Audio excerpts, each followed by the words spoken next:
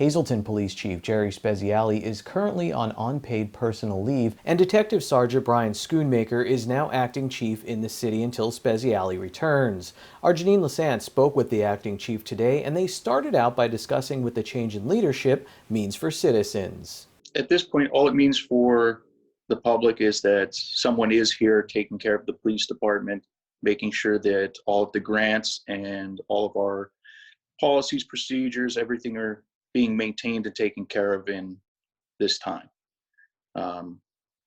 We're just trying to, right now, keep everything on track, keep our officers safe. We've been keeping them well supplied with masks, disinfectants, different types of cleaners for the vehicles, as well as continuing to do our jobs and making arrests and handling our daily incidents. Chief, talk about how you've been handling this pandemic as opposed to handling some other kinds of disasters or emergencies that happen in the city.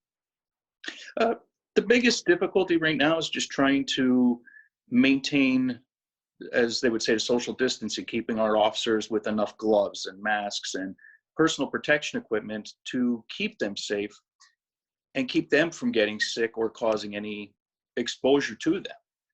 It does create quite the challenge of decontaminating every time our officers are dealing with something, and it's very time consuming at this point compared to what might have been a snow blizzard or some other type of catastrophe. Have you noticed that people are listening to the social distancing as you are patrolling the streets, and is it something that you are enforcing? We are trying to enforce it. If anything, I would say we're more educating people.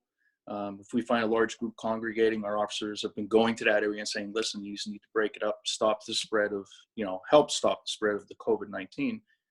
And people seem to be listening. We still have, of course, some people who don't want to follow the rules, but we're trying to work with that.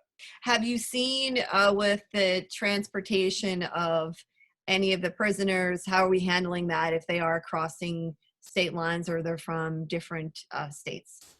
We're following the CDC's guidelines on everything when it comes to that if we have to go to, for example, New York to pick up a prisoner to bring them back here for their arraignments on being wanted or different things like that, we're following the same guidelines. They're being cleaned, they're being given masks, gloves, transporting it in the vehicles. Once they're brought back, let's say to Hazleton, we would then take the vehicle up to the firehouse now where we have the new decontamination unit, and we would decontaminate the vehicle and all the equipment that we've used with that prisoner.